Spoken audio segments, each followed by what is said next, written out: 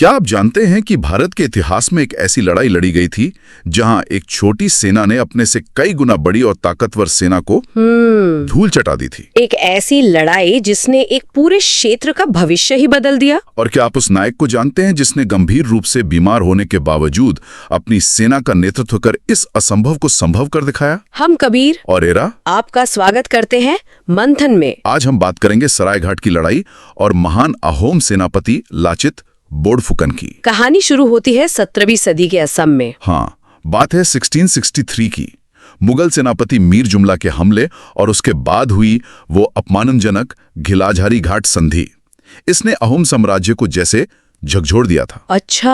कहते हैं राजा जयध्वज सिंहा ने मरते समय अपने उत्तराधिकारी चक्रध्वज सिंहा से कहा था, राष्ट्र के सीने से अपमान का ये भाला निकाल फेंकना। वाह। तो राजा चक्रध्वज सिंहा ने तैयारी शुरू की, सेना को फिर से संगठित किया, नए किले बनवाए और हाँ, लाचित बोड़फुकन को अपना सेनापति यानी बोड़फुकन नियुक्त किया। बिल्कुल।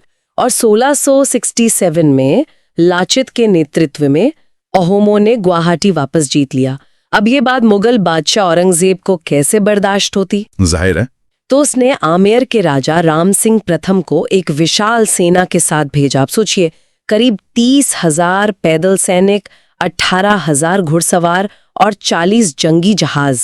लक्ष्य साफ था, गुवाहाटी पर फिर से कब्जा। बाप रे, इतनी बड़ी सेना! ये देखकर तो किसी का भी हौसला पस्त हो जाए। पर लाचित? नहीं, लाचित विचलित नहीं हुए। उन्होंने लड़ाई के लिए सराय घाट के पास ब्रह्मपुत्र नदी का सबसे संकरा हिस्सा चुना। इलाका पहाड़ी और जंगलों से घिरा हुआ, मतलब छापामार युद्ध के लिए एकदम सही। हाँ, ये दिलचस्प है। पर ये लड़ाई और लाचित का नाम मतलब उतना सुनने में क्यों नहीं आता? कहीं दब गया इतिहास में?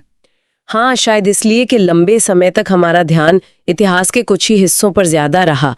पर लाचित का शौर्य, उनकी रणनीति, वो किसी से कम नहीं थी। तो उन्होंने ये संकरा इलाका क्यों चुना? देखिए, लाचित जानते थे कि मैदानी लड़ाई में मुगलों की विशाल घुड़सवार सेना का सामना करना मुश्किल होगा।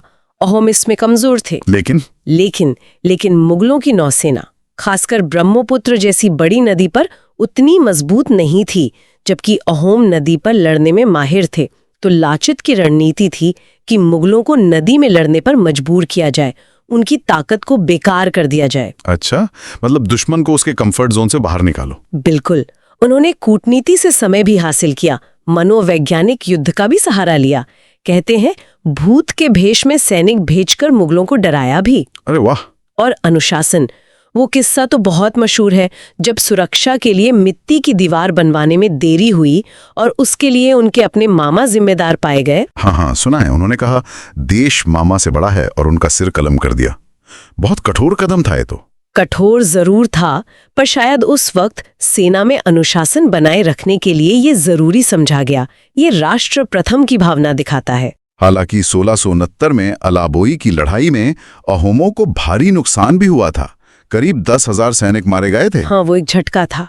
कहते हैं राजा के दबाव में उन्हें वो मैदानी लड़ाई लड़नी पड़ी, पर लाचित का संकल्प टूटा नहीं। और फिर आया मार्च 1671, सराय घाट में निर्णायक नौसैनिक युद्ध। मुगल अपनी बड़ी नावों और तोपों के साथ आगे बढ़ रहे थे और इसी वक्त लाचित गंभीर रूप से बीमार थे, बिस्तर पर। हाँ, सेना का मनोबल टूट रहा था। बिल्कुल। लेकिन लाचित बिस्तर पर पड़े रहने वालों में से नहीं थे। उन्होंने खुद को नाव पर आने का आदेश दिया और अपनी 6 नावों के साथ युद्ध में कूद पड़े। बिल्कुल। कहते हैं चिल्लाकर बोले, क्या मैं ऐसे समय में अपने बीवी बच्चों के पास वापस चला जाऊं? ये सुनकर सैनिकों में जैसे जान आ गई होगी। हाँ, सेनापति को युद्ध में देखकर अहोम सैनिकों में नया जोश भर गया। छोटी फुर्तीली अहोम नावों ने बड़ी मुगल नावों पर दोनों तरफ से हमला बोल दिया। बिल्कुल। नावों का एक तैरता पुल बनाकर दुश्मन को घेर लिया गया। और नतीजा, मुगल सेनापति मुनव्वर खां मारा गया और मुगल सेना तितर बितर हो गई।